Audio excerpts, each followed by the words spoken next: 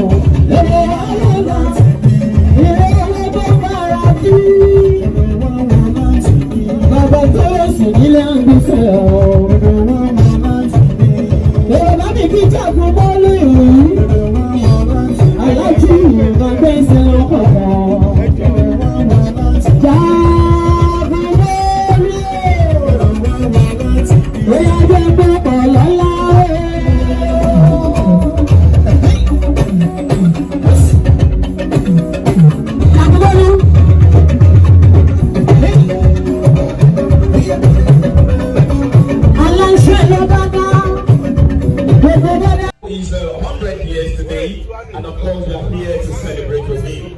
So ladies and gentlemen, just like I said, I will quickly move to the investiture of our life patron.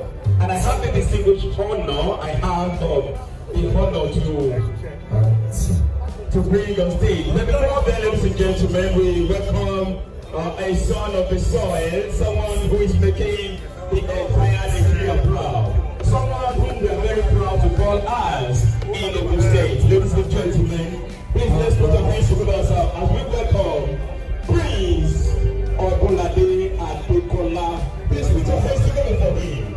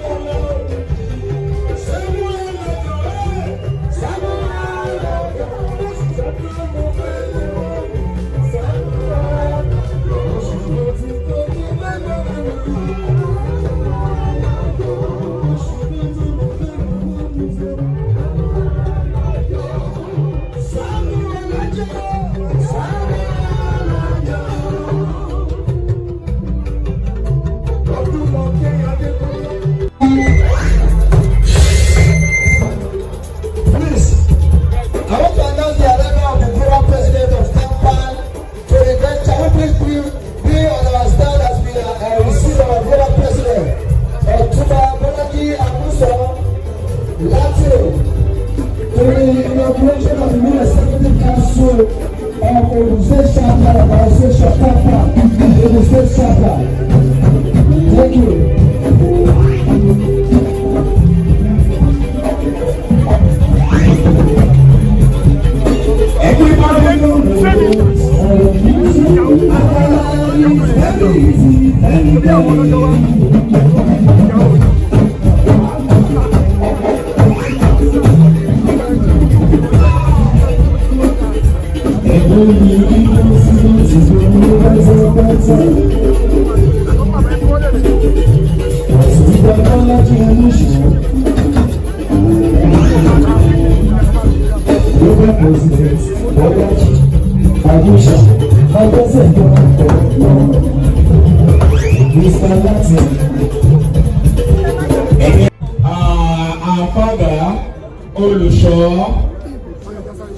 Our father Olusho Olumo, ladies and gentlemen, please let's put our hands together for him.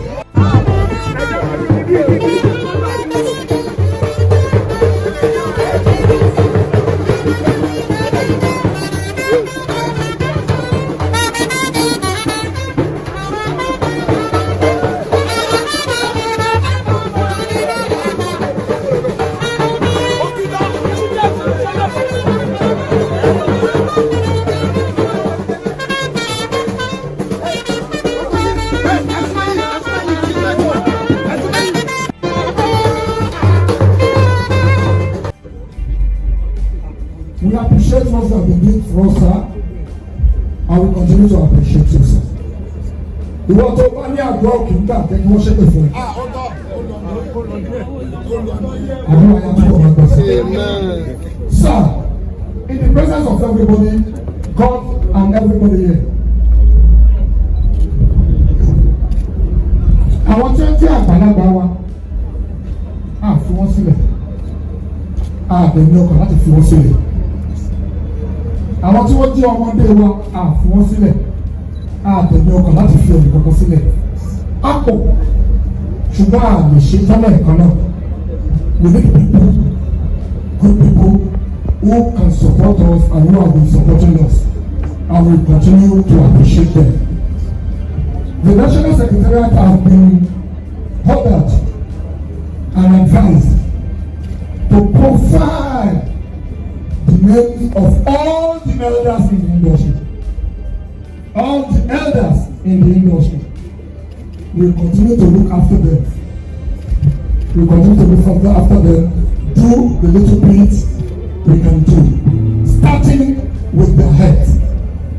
So the broke in the body know the cow. So as time goes on, our unfold. We have been doing it before, but unfortunately we have not been publicizing it. But we continue to let the public know exactly what we are doing and how we are doing it. This award is not for sale. You deserve it, sir.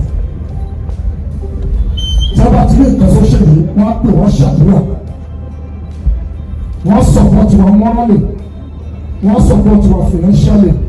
And that is the reason why today the entire leadership of the association is conferring on you the life patronship of Tampa and Ogun State chapter and our life spiritual father. Congratulations, sir.